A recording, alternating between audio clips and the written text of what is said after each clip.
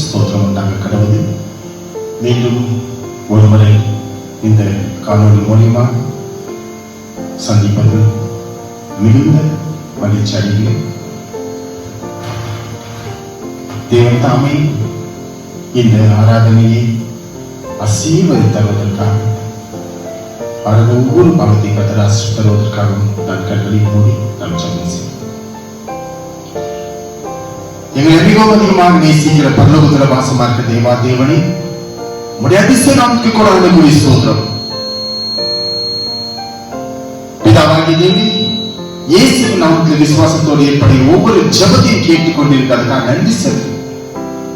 அருமையான வேலையும் உடைய பிள்ளைகளாக எங்களுக்கு இன்னும் ஒரு ஆராதனை வேலையை கொடுத்திருக்கிற கொடான குடி ஸ்தோத்திரம். ஆராதனை ஆசீர்வதி, ஆராதனை ஒவ்வொரு பாகங்களை ஆசீர்வதி. கேட்கிற பிள்ளைகளுக்கு இது பிரயோஜனப்பட உதவி செய்தது.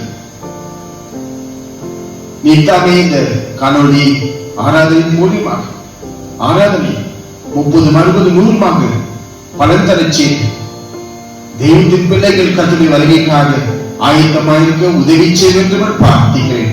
இவெல்லாவற்றின் கர்த்தரும் ரட்சகருமாக இயேசு கிறிஸ்துவின் மூலமாய் வேண்டிக் கொள்கிறோம். ஜெபத்தை ஏற்றுக்கொள்ளும் பிதாவே, ஆமென். கர்த்தருடைய பரிசுத்த நாமத்துக்கு ஸ்தோத்திரம் உண்டாக கடவுது. தேவ நம்மை மகிமைக்காக இப்பொழுது ஒரு பாடலை பாடப் போகிறோம். அந்த நாள் இன்ப நாள், எங்கள் இயேசுராஜன் வானில் தோன்றும் நாள். அல்லேலூயா, அல்லேலூயா, அல்லேலூயா என்று சொல்லப்படுகிற பாடலை நாம் பாடப் போகிறோம்.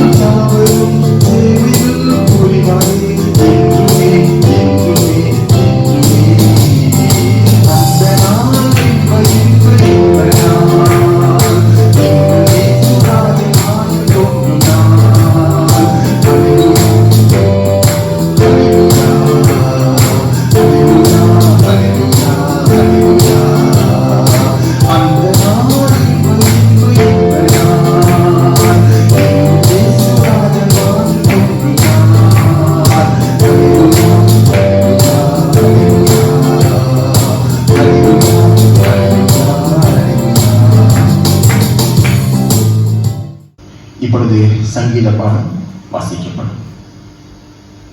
Today's Bible reading is taken from the book of Psalms, chapter 14, verses 1 to 7. Beginning to read at 1. The fool had said in his heart, "There is no God. They are corrupt, they have done abominable works. There is none that doeth good." The Lord looked down from heaven upon the children of men to see if there were any that did understand and seek God. They are all gone aside, they are all together become filthy. There is none that doeth good, not one. Have all the workers of iniquity no knowledge, who eat up my people as they eat bread, and call not upon the Lord? There were they in great fear, for God is in the generation of the righteous. Ye have shamed the counsel of the poor, because the Lord is his refuge. Oh, that the salvation of Israel may come out of Zion. When the Lord bringeth back the captivity of his people, Jacob shall rejoice, and Israel shall be glad. Here ends the Bible reading. Thanks be to thee, O God. கர்த்தருடைய செய்திக்கு கடந்து செல்வோம். 2 சாமுவேலின் புத்தகம் 3ஆம் அத்தியாயம் 33ஆம் வசனமும் 34ஆம் வசனத்தை வாசிக்கும். கவனமாக கேளுங்கள். 2 சாமுவேல் 3ஆம் அத்தியாயம் 33, 34. ராஜா அப்னேருக்காக புலம்பி, மதிக்கெட்டவன் சாகிறது போல அப்னேர் செத்து போனானோ, உன் கைகள் கட்டப்படவும் இல்லை, உன் கால்களில் விலங்கு போடப்படவும் இல்லை, துஷ்டர் கையில் மடிகிறது போல மடிந்தாயே என்றான். அப்பொழுது ஜனங்கள் எல்லாரும் பின்னும் அதிகமாய் அவனுக்காக அழுதார்கள். இங்கே ஒரு மனுஷனை குறித்து வாசிக்கிறோம். அவனுடைய பேர் அப்னேர். அவன் எப்படி மரித்தான் என்று சொன்னால், மதிக்கெட்டவன் சாகிறது போல செத்து போய்விட்டிருக்கிறான்.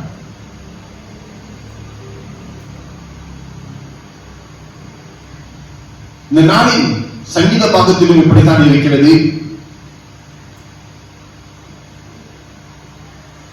சங்கீதம் 14:1, தேவன் இல்லை என்று மதிக்கட்டவன் தன் இருதயத்தில் சொல்லிக் கொள்கிறான். அவர்கள் தங்களை கெடுத்து அருவருப்பான கிரியைகளை செய்து வருகிறார்கள். நன்மை செய்கிறவன் ஒருவனும் இல்லை. நன்மை செய்கிறவன் ஒருவனும் இல்லை. கர்த்தர் நம்மிடத்தில் எதிர்பார்ப்பது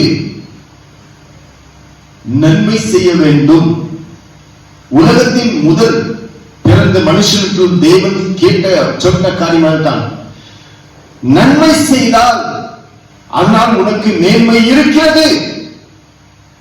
நீ நன்மை செய்யாத பட்சத்தில் உன் பாவம் உன் வீட்டு வாசற்படியிலே படுத்துக் கொள்ளும். உன் வாசற்படியிலே படுத்துக் கொள்ளும். நன்மை செய்தால் உனக்கு மேன்மை. நன்மை செய்யாத பட்சத்தில் பாவம் வாசற்படியிலே படுத்துக் கொள்ளும். புதிய ஏற்பாட்டில் வரும்பொழுது ஒருவன் நன்மை செய்ய அறிந்தவனாய் இருந்தும் அதை செய்யாமல் போனால் அது அவனுக்கு பாவமாய் இருக்கும். பாவத்தில் பெரிய பாவம், சின்ன பாவம், அதிக பாவம், கொஞ்சம் பாவம் இல்லை. பாவம் பாவம் தான். பாவத்தின் சம்பளம் மரணம். பாவத்திலிருந்து விடுதலை பெற்றுக் கொள்ளவில்லை என்று சொன்னால், பாவத்திலிருந்து நாம் மன்னிப்பு பெறவில்லை என்று சொன்னால், நாம் போகக்கூடிய இடம் நரகமாகத்தான் இருக்கும். எவ்வளவுதான் நாம் பரலோகத்துக்கு போய்கொண்டு இருக்கிறோம் என்று நினைத்தாலும், நம் உள்ளத்திலே அப்படி நினைத்துக் கொண்டிருந்தாலும், நாம் விரும்பாத நரகத்தில் போய்கொண்டே இருக்கிறோம். காரணம், மனுஷன் தேவனை இல்லை என்று தன் இருதயத்திலே சொல்லிக் கொண்டிருக்கிறான். அவன் யார் என்று சொன்னால் அவன் ஒரு மதிக்கெட்டவன். மதிக்கெட்டவன் தேவன் இல்லை என்று தன்னுடைய இருதயத்தில் சொல்லிக் கொண்டிருக்கிறான். தேவன் இருக்கிறார், மெய்யாக இருக்கிறார், அதை நாம் அறிந்து கொள்ள வேண்டும் என்ற ஒரு வாஞ்சை இருந்தால், நாம் தேவன் இருக்கிறார் என்று நாம் நமது ஜீவிதத்திலே நாம் மற்றவர்களுக்கு காண்பித்துக் கொண்டிருக்கிறோம் என்று சொன்னால், அவருடைய வசனத்தின்படி நாம் நடந்தாக வேண்டும். அவருடைய வசனம் கடைபிடித்தாக வேண்டும். நாம் செய்கிறதே இல்லை. உலக பிரகாரமான ஏராளமான காட்சிகள் நமது கண்களை கொடுத்து விடுகிறோம். அசுத்தமான காரியங்கள் காதுகளை கேட்டுக்கொண்டு இருக்கிறோம். துன்மார்க்கமான காரியங்கள் நாம் செய்து கொண்டிருக்கிறோம். மற்றவர்கள் வேதனைப்பட்டாலும் அது நமக்கு பிரச்சனையாக இல்லை. இவை அனைத்துமே நன்மைக்கு விரோதமான காரியமாக இருக்கிறது. இவை அனைத்துமே செய்தால் பாவம் நமது வாசற்படியை படுத்திக் கொண்டு இருக்கும். மன்னிக்கப்படாத பாவங்களாக மாற்றப்படுகிறது. ஆகியால் தான் வேதம் சொல்லிக் கொண்டிருக்கிறது. மதிக்கெட்டவன் தான் அப்படி சொல்லிக் கொண்டிருக்கிறார், இருதயத்தில் சொல்லிக் கொண்டிருக்கிறார். அவனால அதை இல்லை என்று சாதிக்க முடியாது. ஆகியால் அவனுடைய உள்ளத்தை அவன் சொல்லிக் கொண்டிருக்கிறான், தேவன் இல்லை என்று சொல்லி. நமது பிரச்சனை என்னவென்று சொன்னால், இன்றைக்கு நாமும் இந்த அப்பனையரை போலவே நாமும் சாவு எல்லாருக்கும் சாவு வந்து விடுகிறது தான். உலகத்திலே பிறந்தோம் என்று சொன்னால் ஒரு முறை நிச்சயமாக மரித்தாக வேண்டும். ஒரு முறை பிறப்பதும் பின்பு மரிப்பதும் மனுஷனுக்கு நியமிக்கப்பட்டு இருக்கிறது. ஒரு முறை மரிப்பதும் பிறகு கிறிஸ்துவின் நியாயாசனத்துக்கு முன்பதாக நிற்பதும் மனுஷனுக்கு நியமிக்கப்பட்டு இருக்கிறது. அதிலிருந்து விடுபட அதான் விதிவிலக்கு என்று சொல்லப்படுவதற்கு யாருக்குமே இல்லை. எல்லாரும் மறிக்க வேண்டும். எல்லாரும் கிறிஸ்துவின் நியாயாசனத்துக்கு முன்பதாக நின்றே ஆக வேண்டும். அதிலிருந்து நாம் வெற்றி பெற்றுக் கொள்ள வேண்டுமானால், விடுதலை பெற்றுக் கொள்ள வேண்டுமானால், கர்த்தர் விரும்புகிற காரியம் நன்மை செய். வேதத்தில் ஏராளமான நன்மைகளை பற்றி எழுதப்பட்டிருக்கிறது. அதை நாம் செய்தே ஆக வேண்டும்.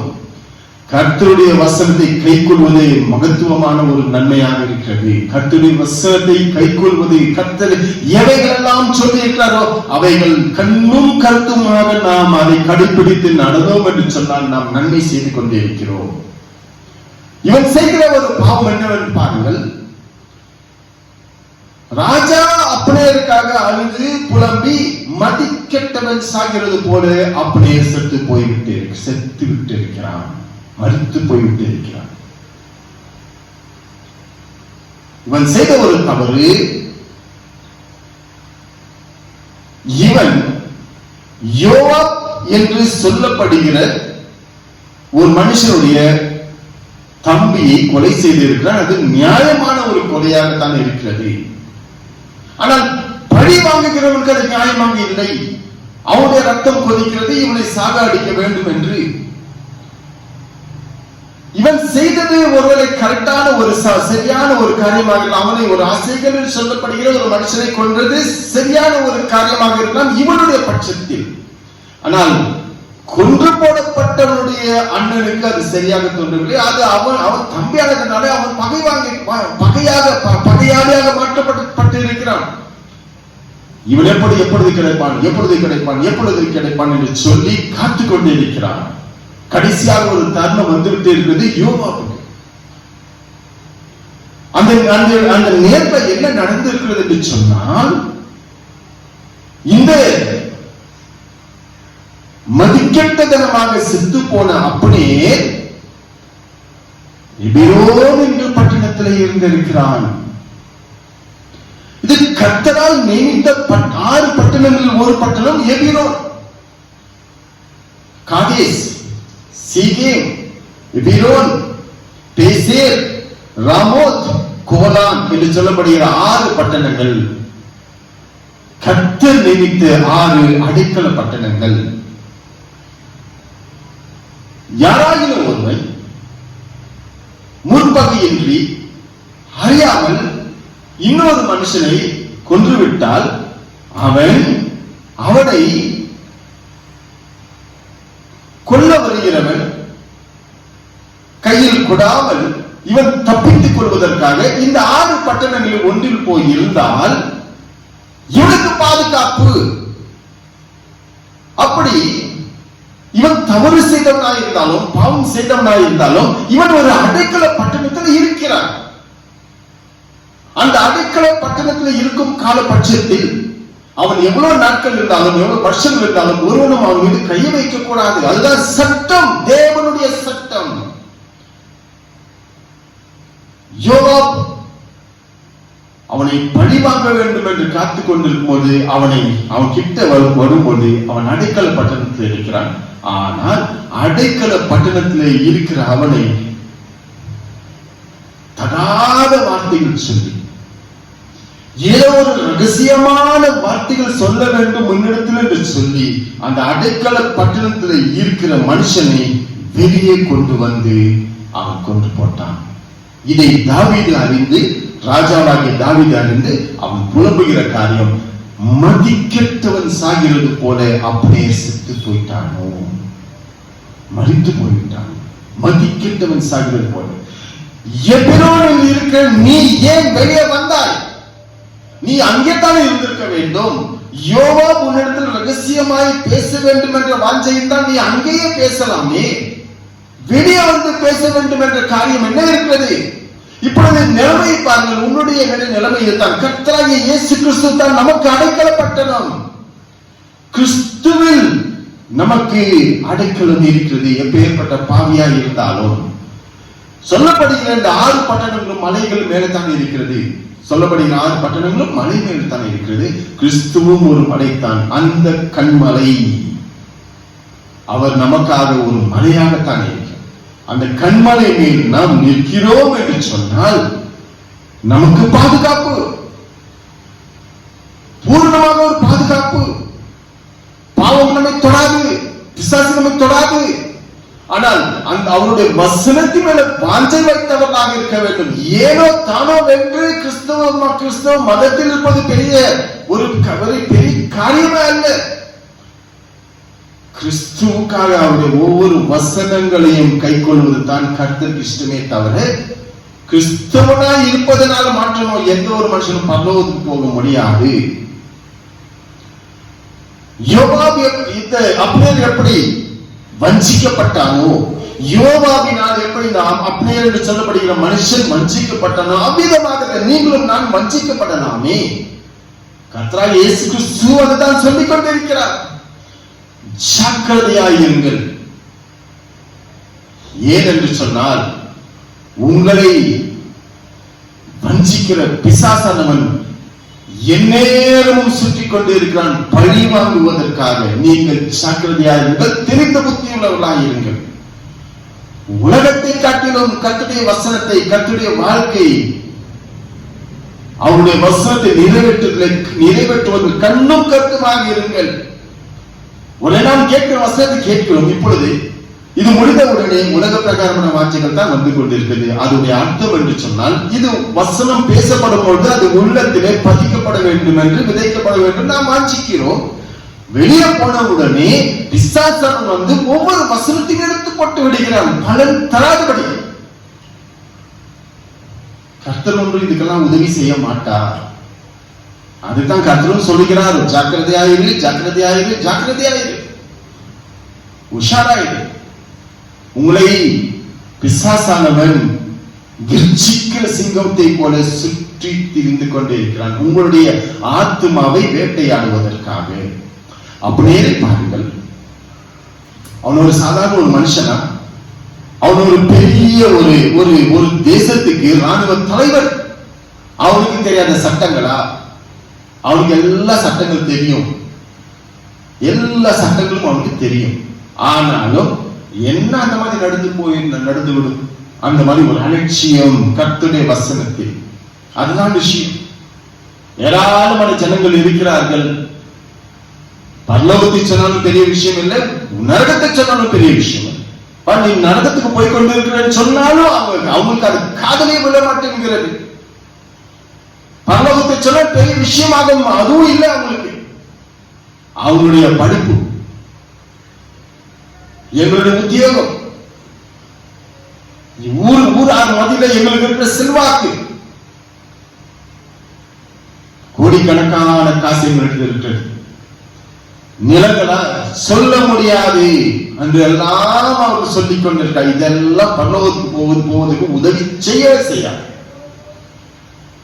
கர்த்தருடைய வசனத்தின்படி நடக்கிற மனுஷன் தான் உத்தமமாக்கத்தான். இவை அனைத்தும் நாம் அற்பமாக நினைத்து கர்த்தருடைய ராஜ்யத்துக்கு ஏற்றவர்களாக நாம் நடந்தோம் என்று சொன்னால் நாம் பரலோகம் போக முடிகிறது. இல்லை என்று சொன்னால் மதிக்கெட்டவன் சாகிறது போல, அப்படியே செத்து போனது போல நாமும் அவ்விதமாகத்தான் கிறிஸ்து இல்லாமலே செத்து போய் விடுகிறோம். கிறிஸ்து என்றால் ஜீவன். கிறிஸ்து இல்லாமல் இருந்தால் நமக்கு நிச்சயமாக ஒரு அழிவு தான். கிறிஸ்து சொல்லுகிற வார்த்தைகள் தான், அவரிடத்தில் வருகிறவன் அவருடைய வசனத்தை கடைபிடிக்க வேண்டும். ஒவ்வொரு சின்ன சின்ன சின்ன வசனத்தை நாம் விட்டாலும் அது பெரிய விஷயமாகத்தான் மாற்றப்படுகிறது. இன்றைக்கு 1 விட்டு விடுகிறோம், நாளைக்கு 10 விட்டு விடுகிறோம். இன்று 1 கடைபிடித்தோம் என்று சொன்னால் நாளைக்கு 10 கடைபிடிப்போம். இது விஷயம் அப்படித்தான் இருக்கிறது. 1 விட்டால் 10 விட்டு விடுவோம். 1 கடைபிடிக்க முயலும் பொழுது எல்லாவற்றையும் செய்ய முயற்சி கர்த்தர் உதவி செய்கிறார். என்னுடைய வசனத்துக்கு நடுங்குகிறவனை நான் நோக்கி பார்ப்பேன். எவர்கள் கர்த்தருடைய வசனத்துக்கு நடுங்கிக் கொண்டிருக்கிறார்களோ, நடுக்கும் என்று சொன்னால் கர்த்தருடைய வசனம் எழுதப்பட்டிருக்கிறது, நான் அது விரோதமாக போகக்கூடாது.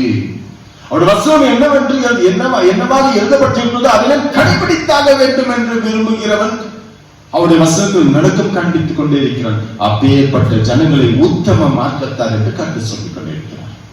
நீங்கள் அப்னேரை போல இருக்கக்கூடாது. ஏராளமான ஜனங்கள் கர்த்தருடைய வசனத்தை அலட்சியமாக நினைத்துக் கொண்டிருக்கிறார்கள். எழுதப்பட்டிருக்கிறது ஆனால் நடக்காது அப்படின்னு சொல்கிறார்கள்.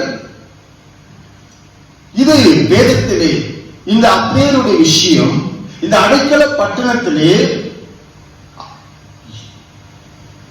இது ஒரு முதல் ஒரு காரியமாகத்தான் இருக்கிறது. இதுவரைக்கும் யாரும் சென்றது போல இல்லை.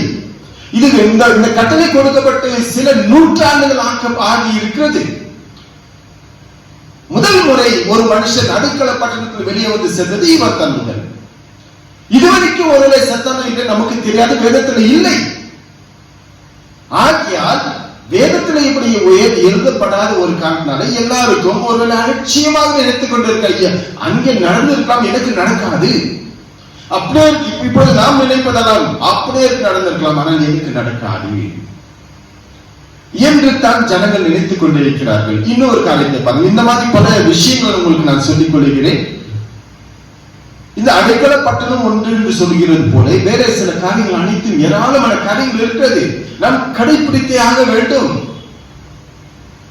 நமக்கு ஏராளமான செல்வாக்கு இருக்கிறது, நமக்கு ஏராளமான படிப்பு இருக்கிறது என்று சொன்னால் படிப்பும் செல்வாக்கும் பரலோகம் போக முடியாது. 2 ராஜாக்களின் புத்தகத்தில் வாசிக்கிறோம்.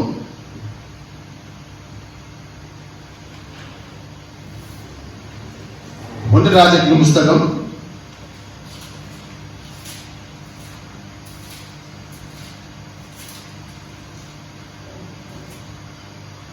14 அத்தியாயம்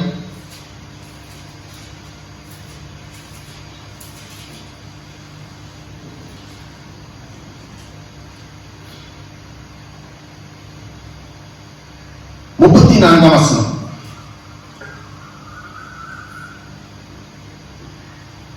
ஒன்று ராஜாக்களின் புத்தகம் 14 அத்தியாயம் 34 வசனம். அவன் நாட்களில் பெத்தேல் ஊரானாகிய ஈயேல் எரிகோவை கட்டினான். கர்த்தர் நூனின் குமாரனாகிய யோசுவாவை கொண்டு சொல்லி இருந்த வார்த்தையின்படியே அவன் அதில் அஸ்திபாரத்தை போடுகிற போது அபிராம் என்னும் தன் மூத்த குமாரனையும் அதன் வாசல்களை வைக்கிற போது செகூப் என்னும் தன் இளைய குமாரனையும் சாக கொடுத்தான். இங்கே ஒரு மனுஷன் குறித்து எழுதப்பட்ட ஒரு காரியம், அது கட்டளை கொடுக்கப்பட்ட ஒரு சில நூற்றாண்டுகள் ஆன பிறகு நடந்த ஒரு விஷயம். ஒரு பெத்தேல் என்று சொல்லப்படுகிற ஒரு ஊரு, அந்த ஊரில் இருக்கக்கூடியவன், அவனுடைய பெயர் ஈயேல். அவனுக்கு ஏராளமான செல்வம் சொத்து இருப்பதனால எரிகோ என்று சொல்லப்படுகிற ஒரு பட்டணத்தை கட்ட முற்படுகிறான். அவன் அந்த எரிகோவின் பட்டணத்தை கட்டி அஸ்திபாரம் போட்டிருக்கலாம். உடனடியாக அவனுடைய அவனுடைய மகன், மூத்த மகன் இறந்து போகவில்லை. சொல்லப்படுகிற காரியம் பாருங்கள். அவன் நாட்களில் பெத்தேல் ஊரனாகிய ஈயேல் எரிகோவை கட்டினான். கர்த்தர் நூனின் குமாரனாகிய யோசுவாவை கொண்டு சொல்லி இருந்த வார்த்தையின்படியே அவன் அதன் அஸ்திபாரத்தை போடுகிற போது அபிராம் என்னும் மூத்த குமாரனையும். இந்த இடத்துல வாசிக்கிற காரியம் இதுதான். சில நூற்றாண்டுகளுக்கு முன்பு சொல்லப்பட்ட வார்த்தை. அங்கு யோசுவா அந்த எரிகோ என்று சொல்லப்படுகிற அந்த பட்டணத்துக்கு ஒரு சாபம் கொடுக்கிறான். பாருங்கள், யோசுவாவின் புஸ்தகம் 6ஆம் அத்தியாயம்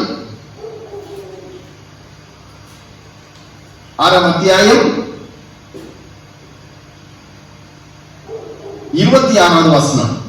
அக்காலத்தில் யோசுவா இந்த எரிகோ பட்டணத்தை கட்டும்படி எழும்பும் மனுஷன் கர்த்தருக்கு முன்பாக சபிக்கப்பட்டிருக்க கடவன். அவன் அதன் அஸ்திபாரத்தை போடுகிற போது தன் மூத்த குமாரனையும் அதன் வாசல்களை வைக்கிற போது தன் இளைய குமாரனையும் சாக கொடுக்க கடவன் என்று சாபம் கூறினான். இந்த இடத்துல ஒரு பிள்ளைகளுடைய பெயர் இல்லை, அந்த மனுஷனுடைய பெயர் இல்லை. காரணம், இது ஒரு வார்த்தை, ஒரு சாபம் சொல்லப்பட்டிருக்கிறது அந்த பட்டணத்தின் மீது. இது யார் செய்தாலும் அவருடைய பெயர் எழுதப்படும். இதற்கு வாசிக்கும் பொழுது அதாவது ஒரு சாபம் வாங்கின ஒரு பட்டணத்தை நாம் கட்டலாமா? அதுதான் ஒரு காரியம். ஜனங்கள் வந்து சொல்லியிருக்கிறார், வேதத்தை அறிந்தவர்கள் அவனுக்கு சொத்து இருப்பதனாலே, அவனுக்கு செல்வம் இருப்பதனாலே பட்டணத்தை வாங்கலாம், இல்லை முழு உலகத்தை வாங்கலாம். ஆனால் கர்த்தருடைய வசனத்தை மாற்ற முடியாது. சில ஜனங்கள் வந்து சொல்லியிருக்கலாம், வேண்டாம், இந்த பட்டணத்தை நீ வாங்காதே, இது கட்டவும் முடியாது, இது கட்டுகிற நாளில் அஸ்திபாரம் போடும் பொழுது உன்னுடைய மூத்த மகன் போய்விடுவான். அவ்விதமாகவே இவன் அஸ்திபாரம் போடும் பொழுது தன்னுடைய மூத்த மகனாகிய அபிராம் இறந்து போய்விட்டான். அந்த சாவு நடந்த பிறகாவது அவன் கொஞ்சம் உஷாராக மாற்றப்பட வேண்டும். மறுபடியும் அவன் சொல்லி இருப்பான், ஏதோ நடந்து இருக்கிறது, எழுதின காரியங்கள் எல்லாம் நிறைவேறுமா? தேவன் எங்கே? நான் பார்த்த வரைக்கும் ஒண்ணுமே இல்லை, தேவன் இருக்கிற மாதிரி இல்லை அப்படிதான் சொல்லிக் கொண்டிருக்கிற ஜனங்கள் இவர்கள். கர்த்தருடைய வசனத்தின் மீது எந்த விதமான பயம் இல்லை. கர்த்தருக்கு பயப்படுகிற மனுஷனை தான் கர்த்தர் ஆசீர்வதிக்கிறார். கர்த்தருடைய வசனத்தின் மீது நடக்கும் கொள்கிற மனுஷன் மீது தான் கர்த்தருடைய கர்த்தர் அவனையே கவனித்துக் கொண்டிருக்கிறார். என்னுடைய வசனத்துக்கு நடுங்குகிறவனை நான் நோக்கி பார்ப்பேன் என்று கர்த்தர் சொல்கிறார். இந்த மனுஷனை பார்க்கும்போது சொத்து சுகம் எல்லாம் இருந்திருக்கலாம், படிப்பு இருந்திருக்கலாம், எல்லாம் இருந்திருக்கலாம். ஆனால் கர்த்தரை அறிந்து கொள்கிறதுக்கு அறிவு மட்டும் அவனுக்கு இல்லை. பரலோகத்துக்கு போவதற்கு முக்கியமான காரியமே பிதாவாகிய தேவனாகிய கர்த்தராகிய பிதாவாகிய தேவனை அறிந்து கொள்வது, அவருடைய அவர் அனுப்பினவராகிய அவருடைய குமாரனாகிய இயேசு கிறிஸ்துவை அறிந்து கொள்வது தான் நித்திய ஜீவன். ரெண்டுமே இல்லை இந்த மனுஷனுக்கு. இந்த உலக பிரகாரமான காரியத்திலே இவன் ஈடுபட்டுக் கொண்டே இருக்கிறான். ஜனங்கள் சொல்லுகிறார்கள், கேட்க மாட்டேங்கிறான். அவ்வளவுதான். ஜனங்கள் சொல்லுகிறார்கள், வேண்டாம், கட்டக்கூடாது, கர்த்தருடைய வசனம் அப்படி இருக்குது. கர்த்தருடைய வசனம் எழுதப்பட்டு இருக்கலாம், ஆனால் பெரிய விஷயம் இல்லை, நான் செய்து காமிக்கிறேன், கட்டி சைட்டு பண்ணிட்டு வித்தும் காமிக்கிறேன் சொல்லியிருப்பாங்க. பைபிள் சொல்லுகிறது, வேதம் சொல்லுகிறது. 1 ராஜாக்களின் புஸ்தகம் 16:34 அவன் நாட்களில் பெத்தேல் ஊரானாகிய ஈயேல் எரிகோவை கட்டினான். கர்த்தர் நூனின் குமாரனாகிய யோசுவாவை கொண்டு சொல்லியிருந்த வார்த்தையின்படியே அவன் அதன் அஸ்திபாரத்தை போடுகிற போது அபிராம் என்னும் தன் மூத்த குமாரனையும் அதன் வாசல்களை வைக்கிற போது சிகுப் என்னும் தன் இளைய குமாரனை சாக கொடுத்தான். ஒரு குமாரன் போகும்பொழுது உணர்வடைய வேண்டும். வேதம் சொல்லுகிறது, ஒரு ஞானி என்று சொன்னால் ஒரு தவறு நடக்கும் பொழுது அவன் உஷாராக மாற்றப்படுகிறான், மறுபடியும் போக மாட்டான். ஆனால் முட்டாளோ நெருங்க போய் தண்டிக்கப்படுகிறான். துன்மார்க்கர் பாவத்தை குறித்து கணிக்கிறார்கள்.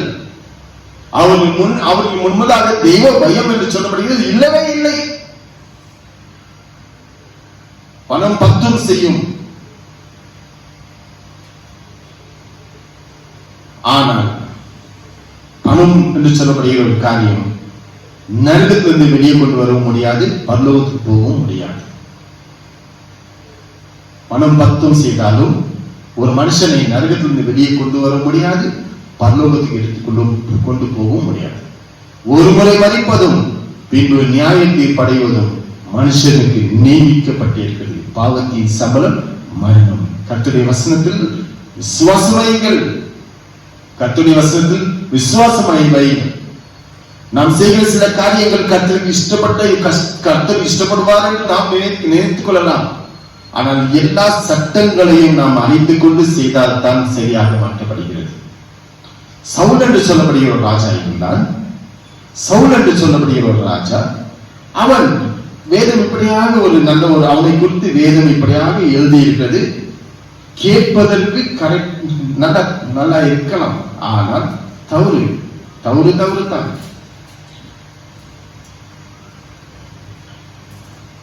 2 சாமுவேல் புஸ்தகம்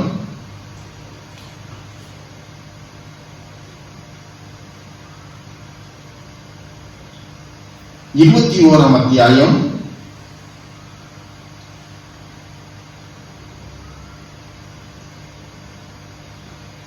1ஆம் வசனம். சவுலை குறித்து எழுதப்பட்ட வார்த்தை.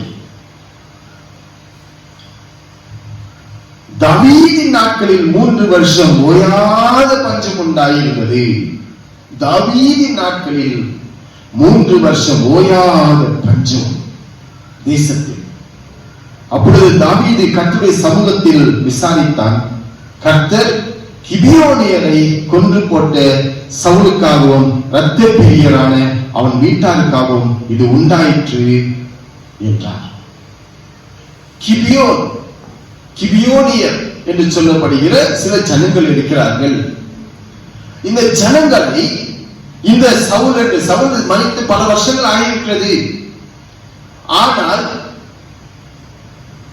அவனுடைய தண்டனை இப்பொழுது நடந்து கொண்டிருக்கிறது. அவன் தவறு செய்து அவன் மறித்து முடிந்து விட்டு இருக்கிறது. ஆனாலும் பாவம் தொடரும். உங்கள் பாவம் உங்களை தொடர்ந்து பிடிக்கும். வேதம் சொல்கிறது, உங்கள் பாவம் உங்களை தொடர்ந்து பிடிக்கும். இவ்வளவு வருஷங்கள் ஆகியும் அவன் ஒரு மனுஷன் செய்த பாவங்கள் பார் அப்படியே கர்த்தருக்கு முன்னதாக நின்று கொண்டிருக்கிறது. மன்னிக்கப்பட்ட பாவங்கள் என்று சொன்னால் பரவாயில்லை, மன்னிக்கப்படாத பாவங்கள் பாவங்களாகத்தான் இருக்கும். தண்டனை அனுபவிப்பார்கள். அவன் இல்லை என்று சொன்னாலும் அவனுடைய பிள்ளைகள், நீதிமானுடைய பிள்ளைகள் ஆசீர்வதிக்கப்படுவார்கள். துன்மார்க்குடைய பிள்ளைகள் நல்லா இருந்தாலும் நாசமாக போவார்கள். அதான் வேதம்.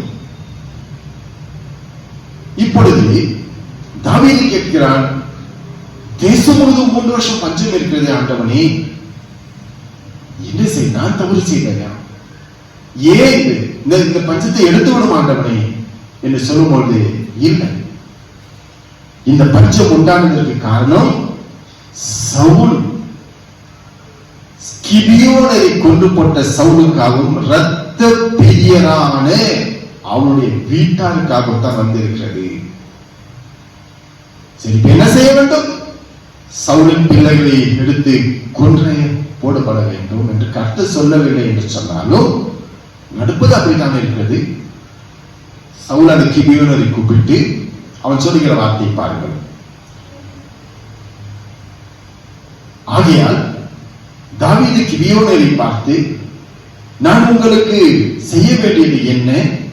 நீங்கள் கர்த்தருடைய சுதந்திரத்தை ஆசீர்வதிக்கும்படிக்கு நான் செய்ய வேண்டிய பிராயச்சித்தம் என்ன என்று கேட்டான். அப்பொழுது கிபியோனியர் அவனை பார்த்து, சவுலோடும் அவன் வீட்டாரோடும் எங்களுக்கு இருக்கிற காரியத்திற்காக எங்களுக்கு வெள்ளியும் பொன்னும் தேவையில்லை, இஸ்ரவேலில் ஒருவனை கொன்று போட வேண்டும் என்றும் எங்கள் விருப்பம் அல்ல என்றார்கள். அப்பொழுது அவன், அப்படியானால் நான் உங்களுக்கு என்ன செய்ய வேண்டும் என்று சொல்லுகிறீர்கள் என்று கேட்டான். அவர்கள் ராஜாவை நோக்கி, நாங்கள் இஸ்ரவேலின் எல்லையில் எங்கும் நிலைக்காதபடிக்கு அழிந்து போக எவன் எங்களை நிர்மூலமாக்கி எங்களுக்கு பொல்லாப்பு செய்ய நினைத்தானோ அவன் குமாரரில் 7 பேர் கர்த்தர் தெரிந்து கொண்ட சவுலின் ஊராகிய கிபியாவிலே நாங்கள் அவர்களை கர்த்தர் கண்டு தூக்கி போட எங்களுக்கு ஒப்பு கொடுக்கப்பட வேண்டும் என்றார்கள்.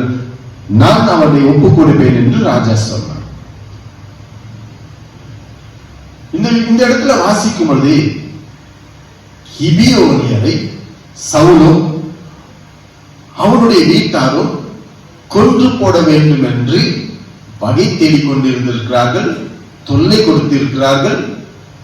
ஆகையால் சவுலின் பட்சத்தை பார்க்கும்போது அவன் ஏதோ நல்லது செய்யறேன்னு அவன் நினைச்சிருக்கிறான். உங்கள் நினைவுகள் தேவனுடைய நினைவுகள் அல்ல, நமது வழிகள் கர்த்தருடைய வழிகளும் அல்ல. நாம் நல்லது என்று நினைத்துக் கொள்ளலாம், ஆனால் எது இருந்தாலும் நீ கர்த்தருடைய வசனத்துக்கு வந்து வேதத்தின் வெளிச்சத்தில் தான் சில காரியங்கள் செய்ய வேண்டுமே அல்லாமல் இந்த காரியம் கர்த்தருக்கு இஷ்டமாகும் என்று மட்டும் நீ நினைத்துக் கொள்ளாதே. சவுலை போல சவுல் நினைக்கிற காரியம் எல்லாம் நான் செய்கிறது ஜனங்களுக்கும் பிரயோஜனம், தேவனுடைய ஜனங்களுக்கும் பிரயோஜனம், கர்த்தருக்கும் ரொம்ப இஷ்டம் என்று நினைத்திருந்தார். அவன் என்ன செய்திருக்கான் பாருங்கள். 2வது வசனம். அப்பொழுது ராஜா கிபியோனரை அழைப்பித்தான். கிபியோனியரோ இஸ்ரவேல் புத்திரராயிராமல் எமோரியரில் மீதியாயிருந்தவர்கள். ஒரு ராட்சத திரவித்தான் வைத்துக் கொள்ளுங்களே, எமோரியர். அவர்கள் தேவனுடைய ஜனங்களுக்கு விரோதமானவர்கள் என்று நினைத்துக் கொள்ளுங்கள். அந்த ஜனங்களை அழிக்க வேண்டும் என்று இவன் நினைத்துக் கொண்டிருக்கான். நல்லதுதானே நீங்கள் சொல்லலாம். மோசேக்கு கர்த்தர் சொல்கிறார், இந்த எமோரியர்கள் எங்கெல்லாம் இருக்கிறார்கள் அடித்துக் கொள்ள வேண்டும் என்று கர்த்தர் தான் சொல்லியிருக்கிறார். அவன் செய்வது சரித்தானே, கர்த்தர் எழுதி இருக்கிறார், அவன் செய்தது சரி என்று நினைக்கலாம். அப்படி அல்ல விஷயங்கள் அது அல்ல. செய்ய வேண்டிய நேரத்தில் செய்திருக்க வேண்டும், இப்பொழுது அல்ல. செய்ய வேண்டிய நேரத்தை நாம் செய்திருந்தால் அது சரி, இப்பொழுது செய்தது எந்த விதமான பிரயோஜனம் இல்லை. இவர் நல்ல ஒரு உதாரணம். ஒரு மனுஷன் நரகத்துக்கு போய் தன்னுடைய 5 சகோதரர்களுக்கு சுவிசேஷம் அறிவிக்க வேண்டும் என்று வாஞ்சை கொண்டிருப்பது தவறு. உலகத்திலே இருக்கும் பொழுது நினைத்திருக்க வேண்டும், மரித்து நரகத்துக்கு போன பிறகு அல்ல. எப்பொழுது செய்ய வேண்டுமோ அப்பொழுதுதான் செய்ய வேண்டும். நாம் இஷ்டப்பட்ட நேரத்தில் நாம் செய்தோம் என்று சொன்னால் செய்கிற காரியமே தவறாகத்தான் எண்ணப்படும். இந்த மறுபடியும் படிக்கிறேன் பாருங்கள். எமோரியர் இஸ்ரவேல் புத்திரராக இராமல் எமோரியர் மீதியாய் இருந்தவர்கள். அவர்களுக்கு இஸ்ரவேல் புத்திரர் ஆணையிட்டு இருந்தும் சவுல் இஸ்ரவேல் புத்திரருக்காகவும் யூதாவுக்காகவும் காண்பித்த வைராக்கியத்தினால் அவர்களை வெட்ட வகை தேடினார். அவர்களை வெட்ட வகை தேடி இருக்கிறார். அடித்திருக்கலாம் ஏராளமான ஜனங்களை, ஆனால் சில ஜனங்கள் இப்பொழுது மீதி இருக்கிறார்கள். கர்த்தர் பாருங்கள், பல வருஷங்கள் ஆனாலும் அவருடைய வார்த்தைகள் கர்த்தர் மாற்றுவதே இல்லை. கர்த்தருடைய பார்வையில நாம் பார்க்கும் பொழுது அவர் நமக்கு சொல்லுகிற காரியம் இதுதான். எமோரியனை அடித்து கொள்ள வேண்டும் என்று மோசே இடத்தில் சொன்னது சரிதான். ஆனால் யோசுவாவின் காலத்திலே உண்மையான யுத்தங்கள் நடக்கும் போது இந்த கிபியோனியர் அங்கே இருக்கிறார்கள், அவர்களை அடித்துக் கொள்ள வேண்டும். எரிகோவை கொன்றார்கள், எரிகோவின் மக்களை இடித்து போட்டார்கள், நிக்கிரகம் பண்ணிவிட்டார்கள். நெக்ஸ்ட் என்று சொல்லப்படுகிற ஒரு ஜனங்களுக்கு போய் யுத்தம் பண்ணி இருக்கிறார்கள். 3வது டார்கெட்ல இவங்க தான், கிபியோனியர் தான். அந்த 2 பேர் விழுந்த உடனே இந்த கிபியோனியர் என்று சொல்லக்கூடிய எமோரியருக்கு பயம் உண்டாயிற்று. அவர்கள் மாறு வேடத்தில் வந்து, நாங்க உலகத்தின் வேற பகுதியில் வாழ்ந்து கொண்டிருக்கிற ஜனங்கள், உங்களுடைய தேவனின் அற்புதமான காரியங்கள் எல்லாம் கேட்டு உங்களோடு கூட வந்து நாங்கள் வாசம் செய்வதற்காக வந்திருக்கிறோம், எங்களுக்கு உங்கள் நாட்டிலே எங்களுக்கு இடம் கொடுங்கள் என்று சொல்லி வந்த ஜனங்கள் இவர்கள் தேவனுடைய எதிரிகள் தான், ஒத்துக்கொள்கிறேன். ஆனாலும் இஸ்ரவேல் மக்களுக்கு அவங்களுக்கு தெரியாது, இவங்க மாறுபடத்தில் வந்திருக்கிறார்கள். உலகத்தின் வேறு பகுதியிலிருந்து வந்திருக்கிறேன் என்று சொல்லிக் கொண்டே இருக்கிறார்கள். அவர்கள் ஏதோ சில தின்பண்டங்களை கொண்டு வந்து இவர்கள் கொடுக்கும்போது அதை உண்டு விட்டார்கள். இப்பொழுது அவரை தொடக்கூடாது. சரி, யோசுவா அவர்களை அழைத்து இஸ்ரவேல் மக்கள் எல்லாரும் ஒரு ஒப்பந்தம் செய்து, நீங்கள் எங்களை வஞ்சித்தீர்கள், நீங்கள் எங்களுக்கு எங்களுடைய விரோதிகள் தான் நீங்கள், ஆனாலும் நாங்கள் தெரியாமல் உங்களோடு நாங்கள் உடன்படிக்கை பண்ணிவிட்டோம். நீங்கள் தவறுதானே செய்தவர்கள், ஆனாலும் எப்பொழுது நாங்கள் உங்களோடு கூட உடன்படிக்கை பண்ணினோமோ அந்த உடன்படிக்கை என்னவென்று சொன்னால், நாங்கள் உங்களை கொல்ல மாட்டோம். ஆகிய ஒன்று செய்யுங்கள், நீங்கள் எங்களுடைய எதிரிகளாக நாங்கள் பார்க்கவில்லை, ஆனால் இனிமேல் நீங்கள் எங்களுடைய தேவனுடைய ஆலயத்துக்கு விறகு வெட்டுகிறவர்களாகவும் தண்ணீர் எடுக்கிறவர்களாகவும் நீங்கள் தொழில் செய்தே ஆக வேண்டும் என்று சொல்லி இந்த ஒரு ஒப்பந்தத்துக்கு வந்திருக்கிறார்கள். இது கர்த்தர் முன்னிலையில் நின்று இந்த ஒப்பந்தம் ஆகிவிட்டது. பல நூற்றாண்டுகள் நடந்து சவுல் என்று சொல்லக்கூடிய ஒரு மனுஷன் அவர்களை கொல்ல வகை தேடுகிறான், சட்டம் தெரியாமல். ஆகத்தான் நாம் ரொம்ப உஷாராக இருக்க வேண்டும். வேதத்தின் சட்டத்தை அறிந்து கொள்.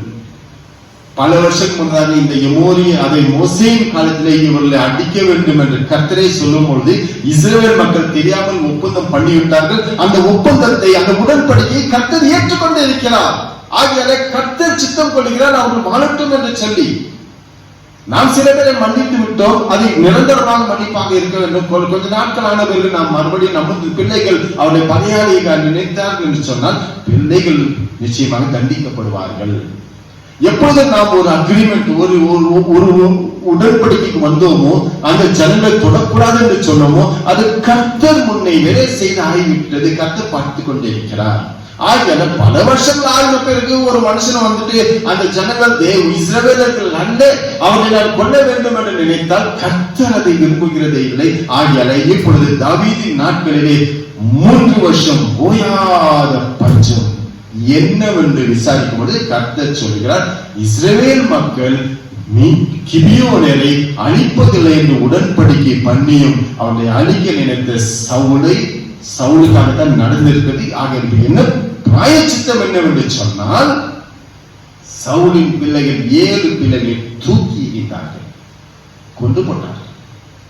அவனுக்கு இப்பொழுது ஒன்றுமே இல்லாமல் போய்விட்டது. அவனும் மறித்தான், அவனுடைய சந்ததி என்று சொல்லப்படுகிறவனை கர்த்தர் அழித்து போட்டார். காரணம், தவறு செய்திருக்கிறார். ஒட்டுமொத்தத்தில் நாம் பார்க்கிற காரியம் என்னவென்று சொன்னால், கர்த்தருடைய வசனத்தில் கவனம் செலுத்து. என்னுடைய பதவி, என்னுடைய ஞானம், என்னுடைய படிப்பு, என்னுடைய செல்வாக்கு, என்னுடைய செல்வம் எதுவுமே கர்த்தருடைய ராஜ்யத்தை சுதந்திரிப்பதற்கு உதவாது. கர்த்தருடைய வசனத்தை கைக்கொள். ஒருவேளை ஒரு மனுஷன் இவைகளே போதும் என்று சொன்னால் நிச்சயமாக கர்த்தர் விசாரிக்கிறார். நடந்த அத்தனை காரியங்களும் உலகத்தில் எவைகளெல்லாம் நடந்து இருக்கிறதோ அத்தனை காரியத்தையும் கர்த்தர் வெளிச்சத்தில் கொண்டு வந்து விடுகிறார். ஆகியால் கிபியோனரை அழிக்க வேண்டும் என்று இருந்தது மோசேயின் காலத்தில். ஆனால் ஒப்பந்தமான பிறகு அவர் மீது கை வைக்க கூடாது. சவுல் என்று சொல்லப்படுகிற மனுஷன் தெரியாமல் ஏதோ கர்த்தருக்கு இஷ்டப்பட்ட ஒரு காரியமாக இருக்கும் என்று நினைத்து அவன் செய்திருக்கிறான். தவறு தான். சவுலும் உயிரோடு இருக்கும்போது தண்டிக்கப்பட்டான். சவுலுக்கு பல வருஷங்கள் ஆகியும், ஒரு 20, 25, 30 வருஷம் கூட ஆயிருக்கலாம். அவனுடைய பிள்ளைகளுக்கும் எந்த விதமான வாழ்வு இல்லாமல் போய்விட்டது. நாம் உலகத்தில் வாழ்ந்து கொண்டிருக்கும் போது கர்த்தருக்காக நாம் இஷ்டப்பட்ட, கர்த்தர் விரும்புகிறபடி நாம் வாழ்ந்தோம் என்று சொன்னால் நம்ம பிள்ளைகளுக்கும் அடைக்கலம் கிடைக்கிறது. இந்த இடத்துல பார்க்கும்போது சவுல் செய்தது சரியாக அவனுடைய பட்சத்தில் சரியாக இருந்தாலும் கர்த்தருடைய பட்சத்தில் அது தவறுகளாகத்தான் இருந்திருக்கிறது. ஆகையால் அவனும் அழித்தான், அவனுடைய சந்ததியும் அழிக்கப்பட்டது. இன்னைக்கு நீயும் நான் வைத்து ஞானத்தை வைத்து தேவன் இல்லை என்று சொல்லாதே. செல்வத்தை வைத்து, என்னுடைய செல்வாக்கை வைத்து தேவன் இல்லை இருக்கிறது, இல்லை போல இருக்கு, இல்லை என்று எனக்கு தோன்ற மாட்டேன், இருக்கிறார் என்று எனக்கு தோன்ற மாட்டேங்கிறது என்று சொல்லாதே. வேதம் சொல்லுகிறது, மதிக்கெட்டவன் தேவன் இல்லை என்று தன்னுடைய உள்ளத்தில் சொல்லிக் கொண்டிருக்கிறார்.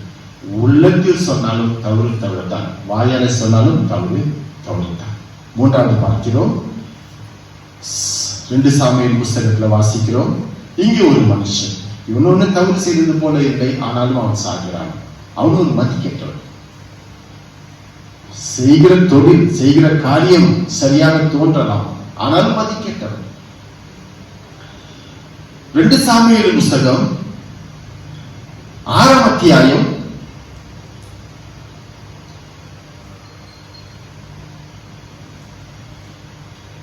6வது வசனம். அவர்கள் தாகோனின் களம் இருக்கிற இடத்துக்கு வந்தபோது மாடுகள் மிரண்டு பெட்டியை அசைத்தபடியினால் ஊசா தேவனுடைய பெட்டினிடமாய் தன் கையை நீட்டி அதை பிடித்தான். அப்பொழுது கர்த்தருக்கு ஊசாவின் மேல் கோபம் கொண்டது. அவனுடைய துணிவி நிமித்தம் தேவன் அங்கே அவனை அடித்தார். அவன் அங்கே தேவனுடைய பெட்டி அண்டையிலே செத்தான். இதுவும் பார்ப்பதற்கு இந்த ஒரு மரணமும் வேதனைக்குரிய மரணமாகத்தான் இருக்கிறது. வேதத்தின் வெளிச்சத்தில் பார்க்கும்போது ஒரு மதிக்கேற்றவர். அந்த வேதத்தின் வெளிச்சம் அல்லாமல் நாம் பார்த்தால் நல்ல காரியத்தை செய்தானே, ஏன் அவன் சாக வேண்டும் என்று நினைக்கக்கூடியதாக இருக்கிறது. ஊசா என்று சொல்லப்படுகிற ஒரு மனுஷன் தேவனுடைய பெட்டியை சுமந்து கொண்டு வருகிற பொழுது மாடுகள் என்ன செய்தது பாருங்கள். 2 சாமுவேல் புஸ்தகம் 6ஆம் அத்தியாயம் 6ஆம் வசனம்.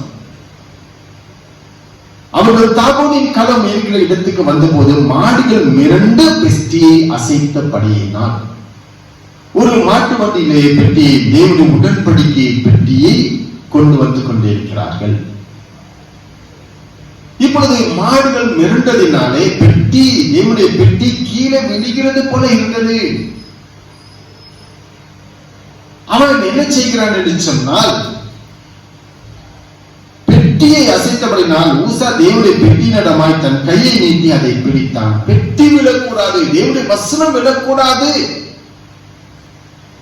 நல்ல எண்ணம் தான், நல்ல எண்ணம். ஆனாலும் கர்த்தருக்கு அவன் மீது கோபம் உண்டாகிறது. அவனுடைய துணிவு நிமித்தம் கர்த்தர் அவனை அடிக்கிறார்.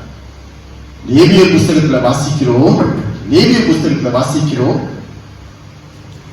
ஒரு இடத்திலிருந்து வேற இடத்திற்கு தேவனுடைய பெட்டி, உடன்படிக்கை பெட்டி எடுத்துக்கொண்டு போகும்பொழுது அது லேவியர்கள், அந்த ஊழியத்துக்காக இருக்கிற லேவியர்கள் தோல் மீது சுமந்து போக வேண்டும். அந்நியன் வரக்கூடாதான், அந்நியன் வரக்கூடாது. இவன் அந்த லைன்ல இல்லாத ஒரு மனுஷன், இவன் தொடக்கூடாது. இவன் நினைத்திருக்கலாம், தொட்டா என்ன, இதுவரைக்கும் அப்பேற்பட்ட ஒரு காரியங்கள் நடக்கவில்லை. இது ஒரு 6வது முதல் முறை நடந்த ஒரு காரியம். இதுவரைக்கும் நடக்கவில்லையே சொன்னால் எப்பொழுது காரியங்கள் நடக்கிறது நமக்கு தெரியாது. எப்பொழுது நம் மீது வேதனையான காரியம் வருகிறதோ நமக்கு தெரியாது. திடீரென்று வரும். இதுவரைக்கும் ஆகவில்லை என்று சொன்னால் உன் மீது வந்தாலும் வரும். நீ தான் ஃபர்ஸ்ட். முதலாவது சட்டங்கள் உன் மீது, அந்த சட்டங்கள் கடைபிடித்து தண்டிக்கப்படுவது நீயாக தான் முதலாக இருக்கலாம். இதுவரைக்கும் வரலனாக்கா அதுக்கு விஷயம் வேற. ஆனா சட்டம் இப்படியாக இருக்கிறது. ஒரு உடன்படிக்கை பெட்டியில் சொல்லப்படுகிற ஒரு காரியம் போய்கொண்டிருக்கும் போது லேவியர்கள் தான் அதை சுமந்து போக வேண்டும். அவர் பார்த்துக் கொள்வார்கள். அந்நியன் கிட்ட வரக்கூடாது. அதுதான் சட்டம். அதுதான் வேதம் சொல்கிறது. அவனுடைய துணிவின் நிமித்தம் கர்த்தருக்கு கடன் உண்டு அவனை அடித்தான். அந்த இடத்துல அவன் செத்து போய்விட்டான். அவன் ஒரு மதிக்கெட்டவன் தான். இப்பொழுது காரியங்கள் இவைகள் எல்லாம் சொல்லப்படுகிற ஒரு காரியம் என்னவென்று சொன்னால், நமது மரணம் இப்படி இருக்கும். உசாவை பார்க்கும்போது நாம் அறிந்து கொள்ளக்கூடிய ஒரு பாடம் இருந்தால், சில ஜனங்கள் தேவனுடைய அழைப்பு இல்லாமலே தேவனுடைய ஊழியம் செய்து கொண்டிருக்கிறார்கள். மனுஷனுடைய கண்களுக்கு அவர்கள் தேவ ஊழியக்காரர்களாக இருக்கலாம், தேவனுடைய கண்களுக்கு நிச்சயமாக அவர் தேவனுடைய ஊழியக்காரர்களாக இருக்கவே முடியாது. என்னதான் அந்த மனுஷன் உண்மையானவனாய் இருந்தாலும் கர்த்தர் அழைத்தால் மட்டும் தான் வர வேண்டும். இல்லை என்று சொன்னால் அவனுடைய ஊழியம் இந்த உலகத்திலேயே முடிகிறது. உசாவை போல இருக்கிற ஜனங்கள் ஏராளமாக இருக்கிறார்கள். என் சிலர் பெற்றோர்களை கொடுத்து நான் படித்திருக்கேன், எனக்கு தெரிந்திருக்கிறது. இந்த குழந்தையை நான் கர்த்தருக்கு அவனுடைய கர்த்தருடைய ஊழியத்துக்கு நான் ஒப்புக் கொடுக்கிறேன். நாமெல்லாம் கர்த்தருடைய ஊழியத்துக்கு அவனை நாம் அந்த ஊழியத்துக்கு நடத்துவதற்கு முயற்சி எடுக்கலாமே தவிர நாம் அந்த ஊழியத்தில் நிச்சயமாக அவனை அனுப்ப முடியாது. கர்த்தர் அழைத்தாலுடைய யாரும் வர முடியாது. ஆரோனை போல அழைத்தாலுடைய இந்த மாதிரி கனமான ஊழியத்துக்கு யாரும் வர முடியாது. ஆகியால் கர்த்தருடைய சித்தம் இல்லாமல் பல லட்சக்கணக்கான ஜனங்கள் ஊழியம் சேர்த்துக் கொண்டிருக்கிறார்கள். அவர்கள் எந்த வசனத்தையும் அவர்கள் கீழ்ப்படிவதற்கு அவர்கள் மற்ற ஜனங்களை அவர்கள் போதிப்பதில்லை. உலக பிரகாரமான ஊழியத்தை தான் செய்து கொண்டிருப்பார்கள். ஜனங்கள் பரலோகத்துக்கு போகிறார்களோ நரகத்துக்கு போகிறார்களோ தெரியாமல் இருக்கிறது. மரணம் தீர்மானிக்கும். ஒவ்வொருடைய விஷயங்கள் மரணம் தீர்மானிக்கும். ஒரு மனுஷன் மரிக்கும் பொழுது அவன் கர்த்தருக்குள் இருந்திருந்தால் அந்த சனமே அந்த வினாடியை அவனுக்கு தெரிந்து விடுகிறது, நான் இதுவரைக்கும் நடந்தது சரி என்று சொல்லி. ஒரு மனுஷன் கர்த்தருடைய வசனத்தை கீழ்ப்படியாமல் கர்த்தருடைய ஊழியத்தை செய்திருந்தால் அவன் மரிக்கும் பொழுது அடுத்த வினாடி அவனுக்கு தெரிந்து விடுகிறது, நஷ்டமடைந்தேன் என்று சொல்லி. ஆகியா நாம் ஜாக்கிரதைப்பட வேண்டும். மரணம் நிச்சயமாக எந்த வினாடி வந்துவிடும். மரிப்பதற்கு முன்னதாக நாம் கர்த்தருக்கு ஒப்புரவாக்கப்பட வேண்டும். ஊழியம் செய்ததுனால பெரிய விஷயமே இல்லை. கர்த்தர் ஒன்றும் பெரிய விஷயமா நினைக்கிறது கூட இல்லை. ஊழியம் செய்வதென்று சொன்னால் அவர் வேற விதத்தில் எழுதி இருக்கிறார். அதெல்லாம் கடைபிடித்தால் உண்டு. ஏதோ பல்லாயிரக்கணக்கான ஜனங்கள் லட்சக்கணக்கான ஜனங்கள் என்னுடைய உபதேசத்தை கேட்டுக்கொண்டிருக்கிறார்கள், நான் கர்த்தருக்கு ஊழியம் செய்தேன் என்று சொன்னாலும் பெரிய விஷயம் இல்லை. மரித்தால் ஒருவேளை அவன் நரகத்துக்கு போவதற்கு சான்ஸ் கூட இருக்கலாம். கர்த்தர் அழைக்க வேண்டும். எவனை கர்த்தர் அழைக்கிறாரோ அந்த மனுஷன் இந்த வேதத்தின் ஒவ்வொரு வார்த்தைகளையும் கடைபிடித்து தனக்கு நஷ்டம் வந்தாலும் அவன் தொடர்ச்சியாக அந்த ஊழியத்தை போய்கொண்டிருப்பான். அவன் பின்வாங்க மாட்டான்.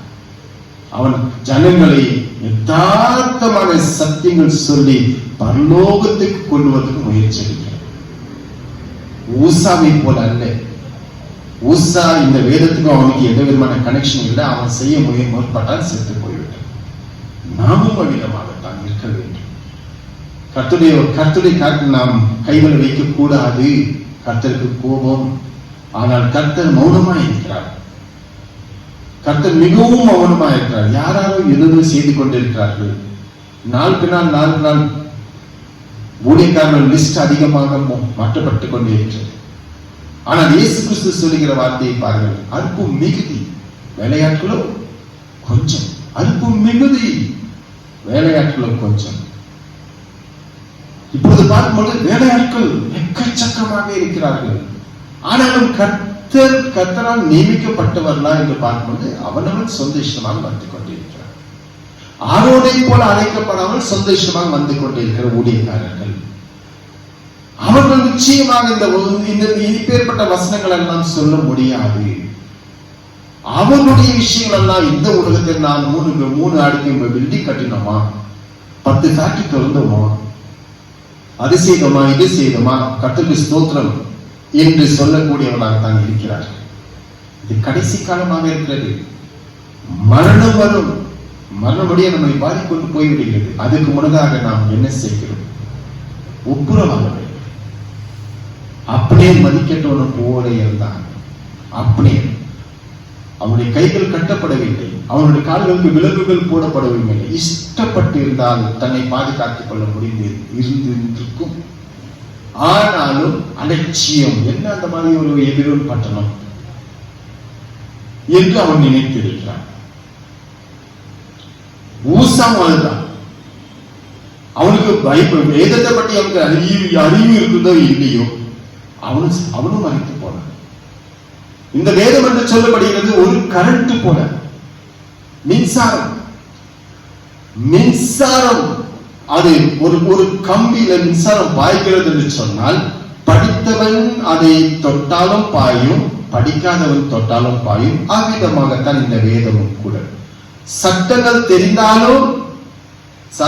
தெரிந்தால் அந்த சட்டத்துக்கு இணங்க அவன் இருக்க வேண்டும். இல்லை என்று சொன்னால் அந்த சட்டத்துக்கு விரோதமா இருக்கக்கூடாது. ஒரு சட்டத்தை தெரியாமல் கர்த்தருக்கு விரோதமான ஒரு கருத்தை செய்தால் அவனையும் இந்த வேதம் அடிக்கும். அது ஊசம்.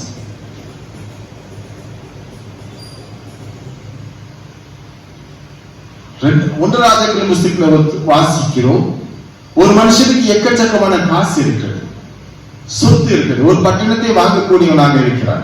ஆனால் சட்டம் சொல்லுகிறது அந்த பட்டணத்தை கட்டக்கூடாது என்று சொல்லி, காசு இருக்கிறது என்று சொல்லி அவன் அதை கட்ட முடியாது. வசனம் சொல்லி பல வருஷங்கள் ஆயிருக்கலாம், பல நூற்றாண்டுகள் ஆயிருக்கலாம். ஆனால் பிரச்சனை எப்பொழுது கர்த்தர் நியாய தீர்ப்பு கொடுப்பார் நமக்கு தெரியாது. அவன் அந்த நேரம் அவனுடைய நியாய தீர்ப்பாக இருந்திருக்கிறது. சவுல் செய்தது அந்த எமோரியரில் மீதியாக இருந்த கிபியோனரை அழிப்பது தேவனுடைய ஜனங்களுக்காக வைராக்கியம் காண்பித்ததினால் அப்படி செய்தான் என்று வேதம் எழுதினாலும், அவன் இப்பொழுது செய்வது தவறு. ஆனால் அவன் அந்த காலத்தில் செய்திருக்க வேண்டும். அது சரி, அந்த காலத்தில் அடித்தால் பிரச்சனை இல்லை, இப்பொழுது அவரை அடிக்கக்கூடாது. ஏன் என்று சொன்னால் அவரோடு ஒரு ஒப்பந்தம் பண்ணி ஆகிவிட்டது, உடன்படிக்கை பண்ணி ஆகிட்டு அவரை தொடக்கூடாது என்று சொல்லி எல்லாம் பார்க்கும் பொழுது ஒன்று புரிந்து கொண்டிருக்கிறோம். கர்த்தருடைய வசனத்தை நாம் கை கொள்ள வேண்டும். கர்த்தருடைய வசனத்தை நாம் கை கொள்ளாமல் நமக்கு சொந்த இஷ்டமாக நாம் நடந்து நாம் மறித்தோம் என்று சொன்னால், எந்த வசனத்துக்கு நாம் அலட்சியமாக நினைத்தோமோ அந்த வசனம் நம்மை நரகத்துக்கு கொண்டு போய் விடுகிறது. காயீனிடத்தில் சொன்ன வார்த்தை மறுபடியும் சொல்கிறேன். காயீனுக்கு எந்த சர்ச்சும் இல்லை, எந்த பைபிள் காலேஜும் இல்லை, அவனுக்கு உபதேசம் பண்ணுவதற்கு யாருமே இல்லை. அவன் தவறு செய்து விட்டால் கர்த்தர் அவனுக்கு வந்து சொல்லுகிற ஒரு காரியம் இதுதான், நன்மை செய்தால் அதனால் உனக்கு மேன்மை இருக்கிறது. நீ நன்மை செய்யாத பட்சத்தில் பாவம் உன் வாசற்படியை படுத்திக் கொள்ளும். இப்பொழுது நம்மை பார்க்கும் பொழுது உலகத்திலே அத்தனை ஜனங்கள் எடுத்த இந்த வேத பாடம், இந்த வேத புத்தகம் இருக்கிறது. நாம் படிக்கிறது இல்லை, அவ்வளவுதான் விஷயம். நாம் படிக்கிறது இல்லை. படிக்காத ஒரு மனுஷனுக்கு தேவன் சட்டத்தை பற்றி பேசும் பொழுது உலகத்தில் அத்தனை ஜனங்களுடைய இல்லங்களில் வேதம் இருக்கிறது, கைகளில் கொடுக்கப்பட்டிருக்கிறது. தேவன் நியாயத்தில் கொண்டு வராமல் இருப்பார் என்று நினைக்கிறீர்களா? பிரச்சனை. ஆகையால் இன்றே மனம் மாறி கர்த்தருடைய வசனம் என்னதான் சொல்லிக் கொண்டிருக்கிறது மனம் திரும்பி மரணத்துக்கு ஆயத்தமாயிருங்கள். பாவத்தின் சம்பளம் மரணம்.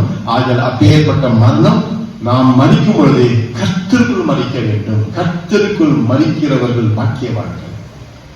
சங்கீத புஸ்தகத்தில் வாசிக்கிறோம், நீதிமானுடைய மரணத்திலே கர்த்தர் பிரியமாயிருக்கிறார். நீதிமானுடைய மரணத்திலே கர்த்தருக்கு ரொம்ப சந்தோஷம். ஏன்னு சொன்னா மறிக்கிறான், அடுத்த வினாடி அவன் பரலோகத்தின் பக்கம் போய் கொண்டிருக்கிறான். துன்மார்க்கன் மறித்தான் என்று சொன்னால் துஷ்டன் கையிலே பிசாசி கையிலே மாட்டிக்கொண்ட ஒரு மரணமாகத்தான் இருக்கும். கர்த்தருக்கு வேதனை இருக்கிறது. இவனுக்காக என்னுடைய ரத்தத்தை சிந்தியும் இவனுடைய வசனத்தை அசட்டி பண்ணிவிட்டானே, என் கையிலிருந்து போய்விட்டானே, இவனுடைய சொத்தை இவன் நம்பினான், இவனுடைய படிப்பை இவன் நம்பினான், இவனுடைய செல்வாக்கை நம்பினான், ஊரார் ஜனங்கள் அனைவரும் இவனை போற்றிக் கொண்டிருப்பதை இவன் அதிகமாக நினைத்தான். ஆனால் என்னை இவன் அசட்டை பண்ணிட்டானே, இவன் பொழுது இவனுடைய ஆத்மா நரகத்தின் பாதையில் போய்கொண்டிருக்கிறது என்று கர்த்தர் புலம்புகிறார். மறுபடியும் கர்த்தர் சொல்கிற வார்த்தை, உன் கைகள் கட்டப்படவும் இல்லை, உன் கால்களுக்கு விலங்குகள் போடப்படவும் இல்லை. எப்படி நீ மறிக்க முடியும்? உன் சொந்த இஷ்டமாக தான் செய்து கொண்டிருக்கிறார். யாரும் உன்னை வற்புறுத்தி நீ இப்படித்தான் செய்யணும்னு யாரும் சொல்லிக் கொண்டிருக்கிறார்களா? ஒரு மனுஷன் கட்டத்தில் வருவதற்கு வேற ஒரு மனுஷன் பிடித்தாலும் உள்ளம் என்ற ஒரு காரியம் இருக்கிறது, உள்ளத்தை ஜெயிக்க முடியுமே. அப்படி இல்லை என்று சொன்னால் இந்த மனுஷன் தன் சொந்த இஷ்டமாக தன் கர்த்தருடைய வசனத்தை அசட்டை பண்ணி கொண்டே இருக்கிறான். ஆகிய இவனுடைய மரணம் ஒரு வேதனைக்குரிய ஒரு மரணமாக மாற்றப்படும். தேவன் இல்லை என்று மதிக்கெட்டவன் தான் சொல்லிக் கொண்டே இருக்கிறான். அப்படி என்று சொல்லுமா பார்க்கும் பொழுது மதிக்கெட்டதனமான ஒரு மரணம், ஒரு ஞானத்துக்கு அடுத்த ஒரு மரணமாக இல்லை. ஆக உங்களுடைய என்னுடைய மரணம் கர்த்தர் விரும்புகிற ஒரு மரணமாக இருக்கட்டும். கர்த்தர் நம்மை அளவில்லாமல் ஆசிர்வதிப்பார். வேதத்தை எடுத்துக் கொள்ளுங்கள், தினந்தோறும் வேதத்தை படியுங்கள். கர்த்தருடைய வேதத்தில் பிரியமாய் இருந்து இரவும் பகலும் அதை தியானிக்கிற மனுஷன் தான் பாக்கியவான். அவன் நீர்க்கால்களின் ஓரமாய் நடப்பட்டு தன் காலத்தில் தன் கனியை தந்து இலையுதிராத மரத்தை போல இருப்பான். அவன் செய்வதெல்லாம் வாய்க்கும்.